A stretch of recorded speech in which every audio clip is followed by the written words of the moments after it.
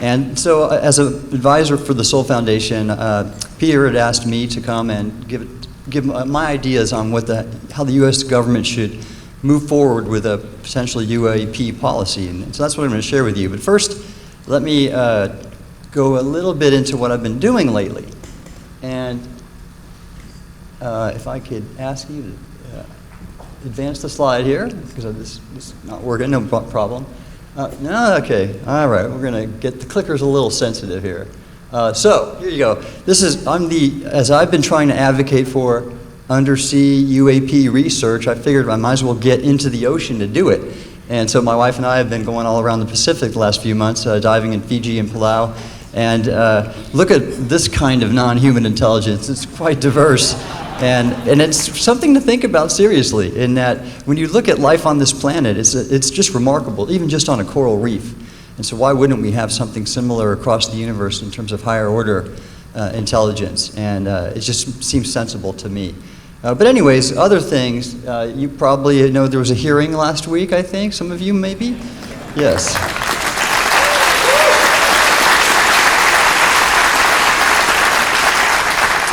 Thanks for that.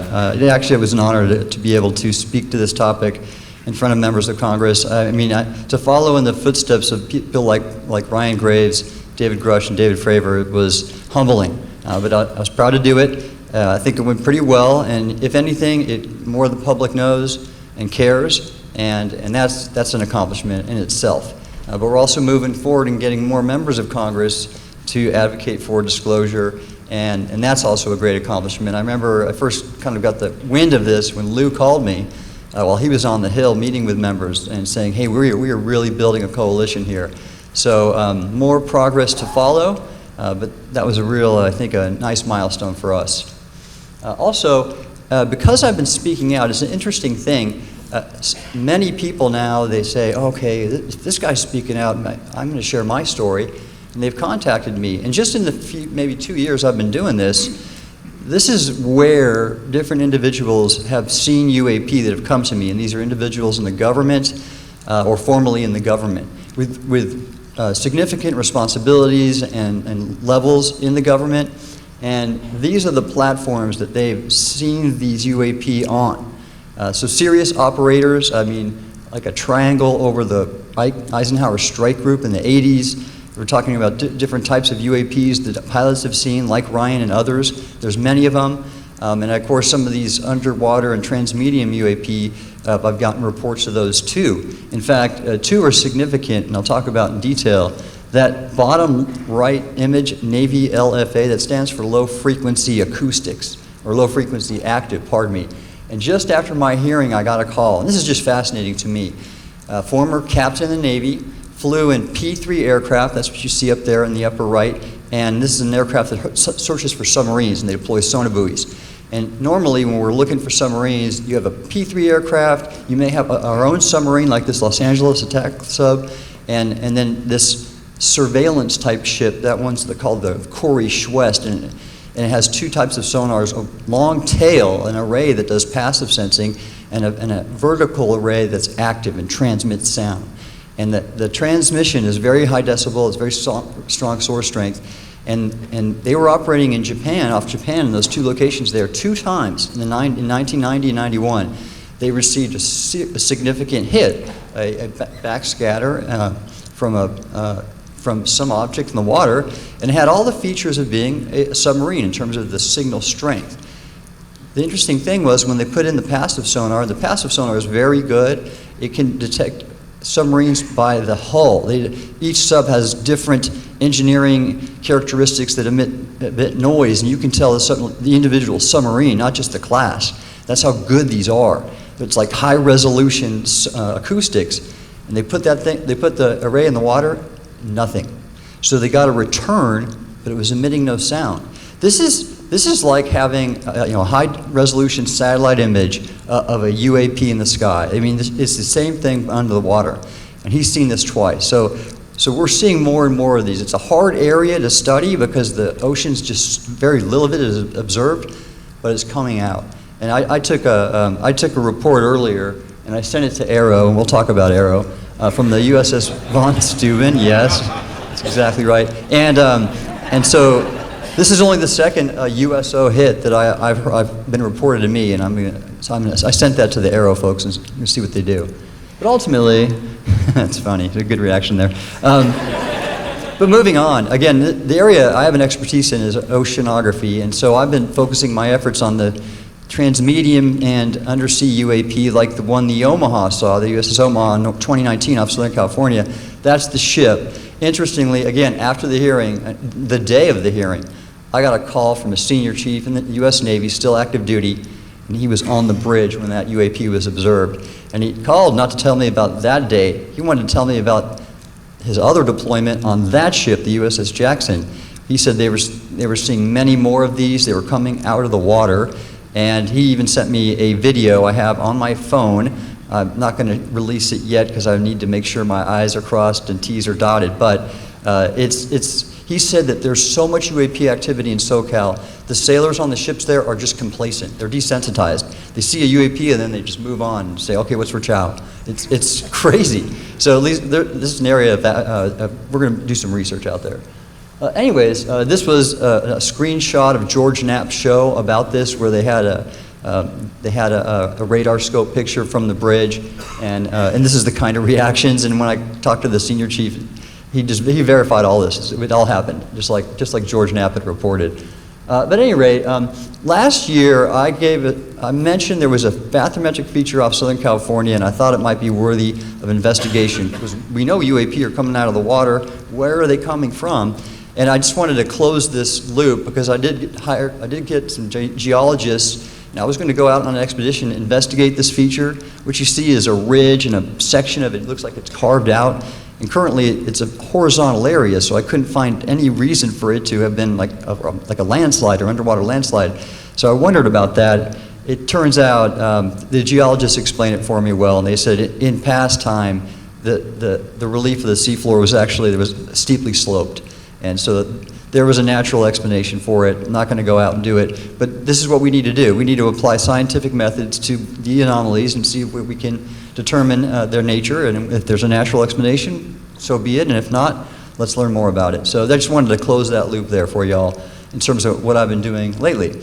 Now, let's talk about US UAP policy. And one of my favorite British expressions is a dog's breakfast. And that's the term for something very unfocused and disorganized, and that is today's executive branch's approach to UAP. Actually, it's the whole government approach, and I'll explain it to you. First off, this is where I have found UAP activity to be occurring. The DoD, we'll talk about that later, the intelligence community, even the FBI. There's some field offices that are doing very credible investigative work. I don't want to name names and regions, but they have come to me. And they're documenting cases and trying to build that case study or caseload so the documentation's there in the record for witnesses. And so there's a grassroots effort happening in the government. I've had different DoD offices come to me and say that they're doing their own investigation on the side. So you have that, but then you have the top level things that like DoD's Aero office and the ODNI, what they're doing, and some of that they're following congressional intent, but it's not, I would say, the most dedicated effort. You even have the Department of Energy doing some work. We know there's more under the cover there, and then even the National Science Foundation sponsored an effort to look into UAP communications and education, which is interesting. And again, that was more of a lower level effort with a funded program, and as someone took the initiative to do that. So, but not directed by leadership. So you have some activity going on, and none of it's coordinated, and some of it's happening just under the radar from leadership. Now, let's talk about Aero. And during my testimony, I criticized the office for my meeting in early this year because I don't think they're being completely honest. We did talk at the unclassified level, And so I'm sure they were trying to not share classified information and approaches with me, but you could look at my testimony, it's on the web. But at the same time, new leadership has come in, and we just saw Dr. Kozlowski speak before Congress this week. And there's some things to say about that. I was a little bit disappointed that he stood by the historical records report, which we know has a lot of flaws. Chris Mellon documented that very well. But at the same time, he seemed to be much more humble and forthright with the members. And so I'm not going to make any comments here or there, but I know he has a good reputation, and there are people in the UAP, former UAP task force members who respect him. So I'm going to meet with him soon, and we'll see if we can get that office to go in the right direction. Not my responsibility. I'm just an advisor and a citizen at this point. But this is something I do want to address. And some of you might have seen this on whatever UAP Twitter is called now. But interestingly, this is concerning, because the former director here is speaking and addressing things like this, my statement in front of the Congress, without a whole lot of truth behind it. And let me explain. First off, I did engage the office when he was in charge, and it was to share with them that underwater UAP information from a submarine. That's it. Then I came back and met later when his predecessor was acting, and there it was because they invited me, and the Navy rep even suggested I apply for the director position, and I said no. I mean, because as Mara mentioned, I was an acting undersecretary. That's, you know, to think that I'm going to go and take a GS-14 position is just, I don't think it's my pay grade right now. And no offense to GS-14s out there, but so that's kind of, I thought, absurd. And then this last thing is really even funnier that I circled. So my last bosses since 2010 have been 2 2-star admirals, 4 4-star admirals, and a cabinet secretary. I am pretty sure he did not talk to any of those folks. And they would have told me if he did. So this is, why is he doing this? You have to wonder about this kind of disinformation. Again, I don't have all the facts here, but this is totally untrue, and I don't know why he propagates this. That's a problem. And I surmise, I know he's supporting some work, he still engages with the government. That effort, I think, is something we have to address here.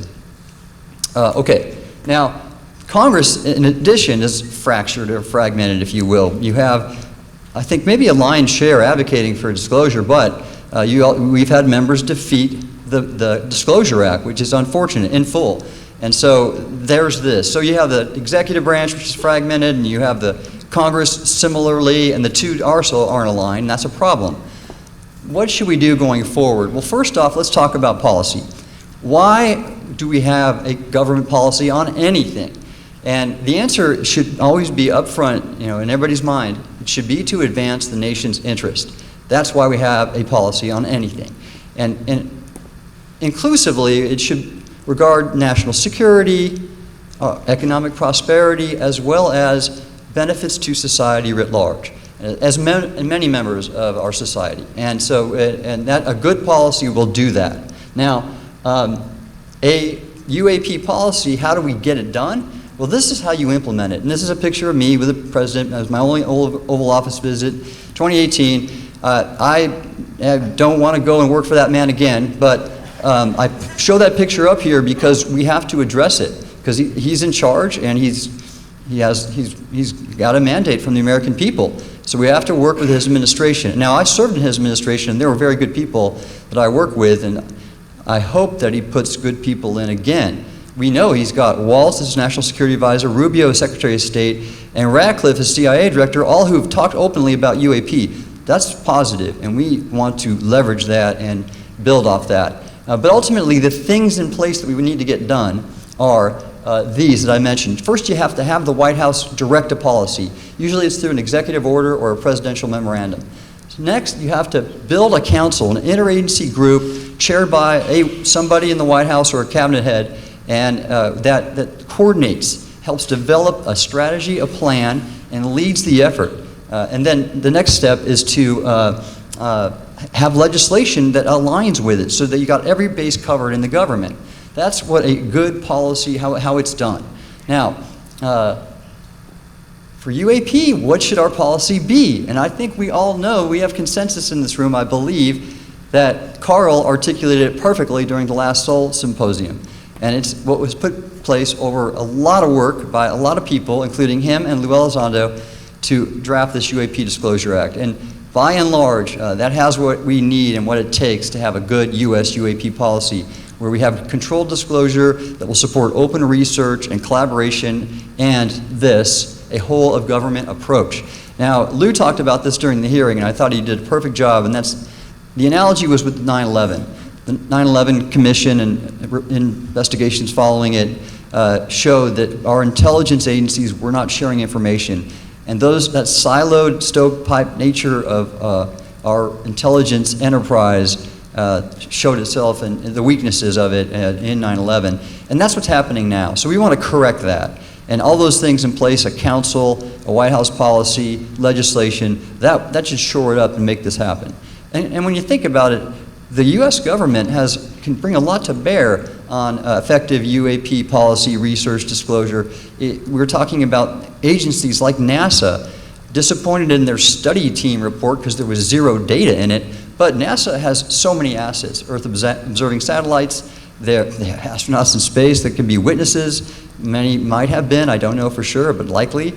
You have the Department of Energy, as I mentioned. You have my old agency, NOAA. We have a giant Earth observing and ocean observing network that I've advocated for. The ocean science community writ large should be opening up the aperture and looking for UAP in addition to things like ocean currents and marine mammals, et cetera. So that's what we want to have, is all the parts of government working together. Interestingly, and I know he's not here, but Jay Stratton, who led the UAP task force that succeeded where Lou was working, that had the right answer. It was doing it. The unfortunate thing, it was killed in USDI, Undersecretary of Defense for Intelligence Office, because of politics, basically. You had different agendas, and you didn't have leadership. You didn't have, again, a cabinet secretary with a presidential mandate saying, let's study UAP. And so you had these politics, unfortunately, and agendas, which you have in government, unfortunately, and that's what killed it. There was thought that it was inefficient with the Aero office standing up, and the Aero would subsume the roles of the task force, and obviously that's not being done. But this is something to point to, and that little circle in the middle is the award Jay's team received just this month from the Director of National Intelligence. So there's another example of a sort of mishmash of policy approaches to UAP currently, where he gets recognition from DNI, but then you have what Aero's doing, and DNI didn't even endorse the historical records report that Aero produced. So the government's just not working well right now, and all the parts aren't working in sync. But that's important. And the other aspect that's very lacking right now is at least any outward international collaboration. And these UAP don't really seem to follow geopolitical boundaries. So this is just, it really has to be a fundamental part of U.S. UAP policy. And Jonathan Burt's here, and he's being on the Sol Foundation as a leader. He is just perfectly equipped to help us do that. Okay, and the great thing about you all being here is we also need robust public-private partnerships, academia, the private sector, philanthropies, all contributing to a whole-of-nation approach, really. And each has a role, a potential role, and a specialty to contribute. And I'm excited about that. And this is what Sol is so well equipped to do. So thank you, everybody, for being here and contributing to this.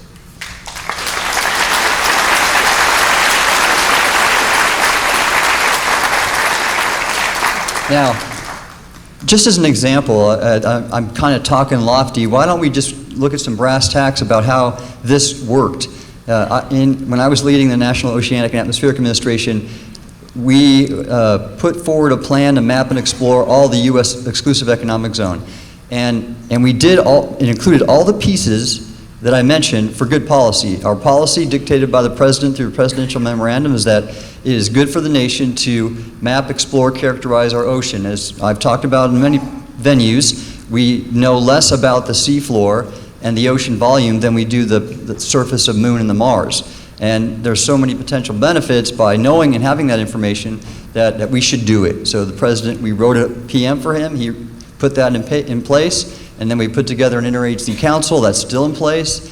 They're following a strategy that we drafted. Actually, it's been updated in 2023, and we have a plan. And that's all working great. And we got the Hill, even before we finished our plan, to enact a law to advance ocean exploration and mapping. So this can work. And right now, we made a big dent in that gap of not knowing enough about our oceans, and I'm excited to I'm contributing to it in my private sector capacity.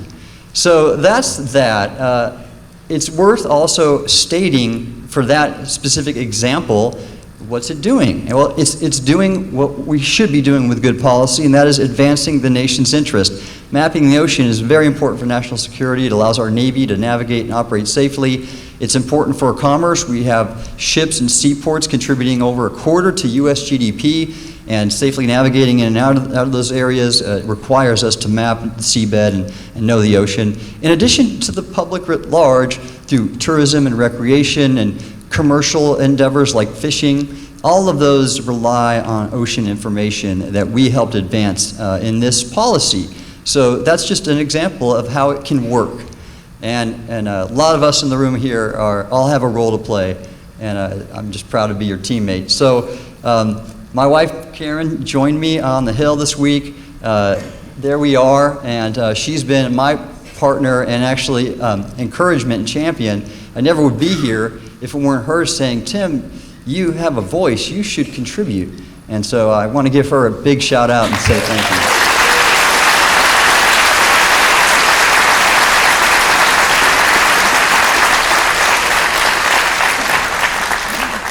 Thank you all. Now I know I'm a little ahead, and we're supposed to roll into a panel, but I don't know. And let me ask our team here if we can take questions. Sure. Why not? We have a few minutes, and I like to work with an audience rather than just talk at an audience.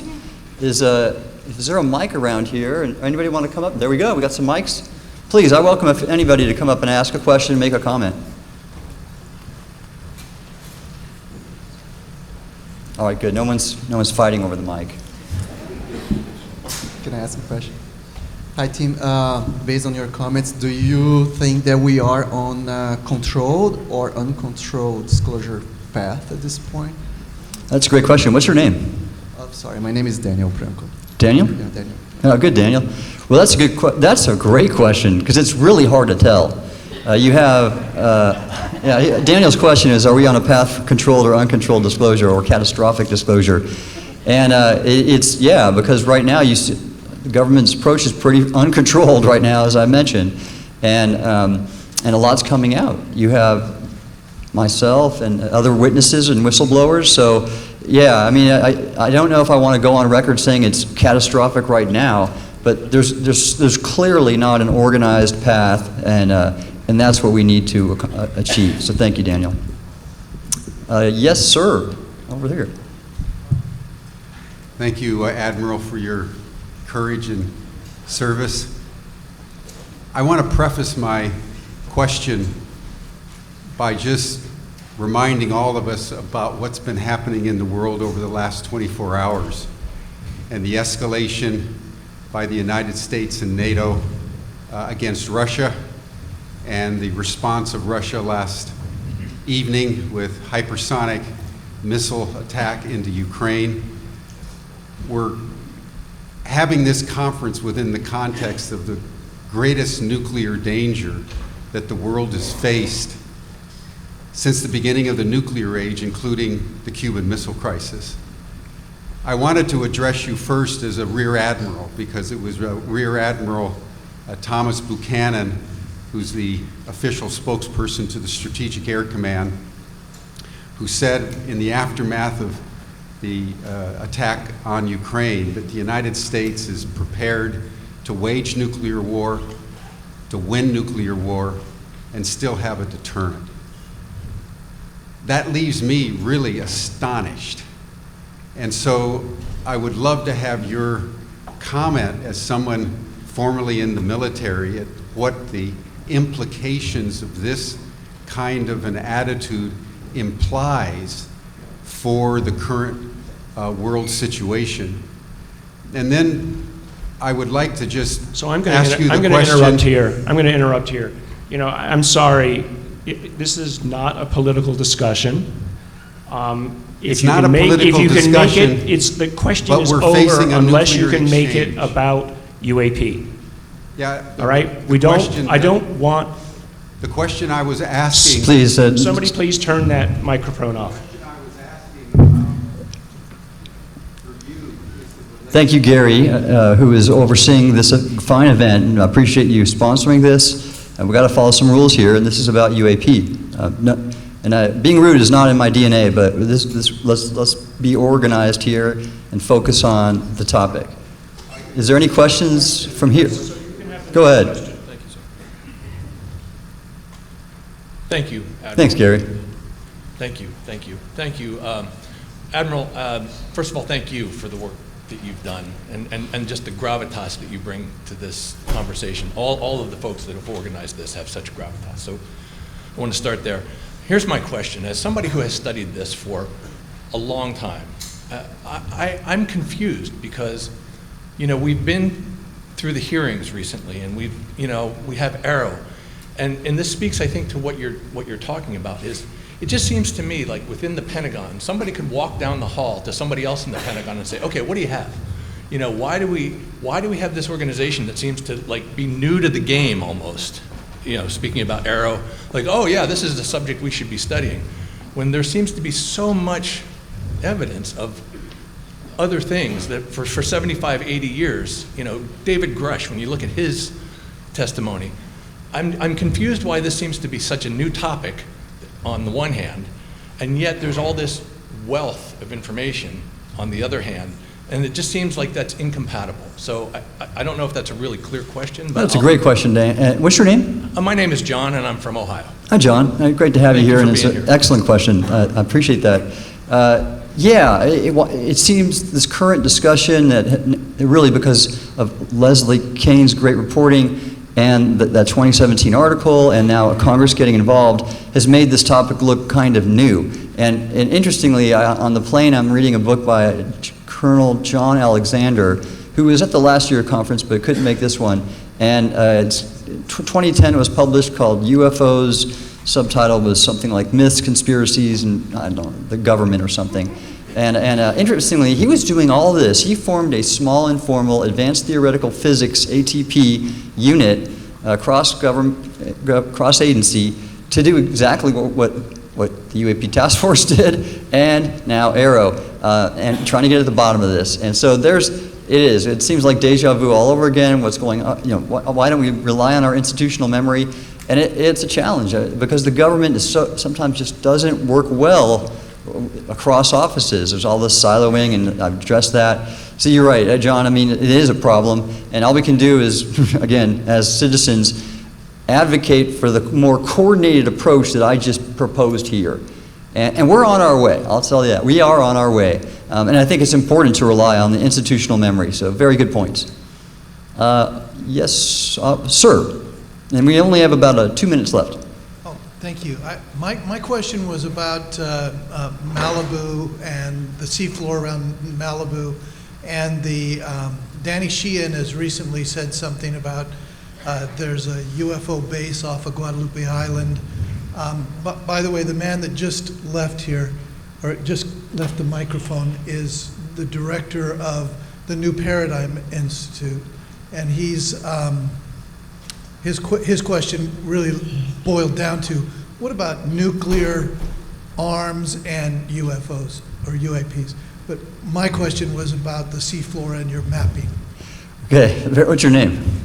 My name is Brian Carrington. Hi, Brian. Thanks very much. Well, that's a lot to ask. There's a whole book called UFOs and Nukes that Robert Hastings wrote, and it's pretty exhaustive and excellent.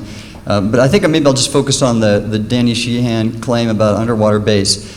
Okay, I've not seen any data. I'm looking at the oceanographic data. I have seen a lot of reports from sailors, like the one I just spoke to after my hearing, who's still active duty, about UAP in the area.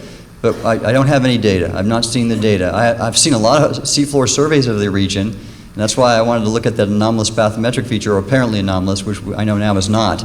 But I just have not seen the data. It'd be a very interesting thing if it exists, but we've not seen the data. And we have a lot of data off SoCal, so that's why we want to continue to research it. An important point, though, again, as I go and speak, people have come to me. And Kevin Day came to me this week, and he shared with me that during the Princeton event and the Nimitz and the Tic Tac, when he was seeing all these UAP descend from 80,000 feet, and they'd be interacting with the pilots, and then they'd all vector towards Catalina Island and then vanish. What was that about? That's what he shared with me, and I think his observations are credible, but fascinating. So yeah, I think we need to do a lot more research, Brian, and thanks for your question. Have you seen the 2014 Google Earth image of that thing down by? Oh, that is artificial. If you look at the high-resolution bathy by the U.S. Geological Survey, that alien-based feature that's been in various social media pieces, it's no such thing. It's called Sycamore Knoll. You can see on the real bathymetry, you can tell it's geology and not in a base. And what you're seeing is an artifact of Google Earth, because Google Earth takes in data with different resolutions. And I'll just stop there because we're over time. But we're going to go into a panel, and I want to thank everybody for their attention. I hope this works out.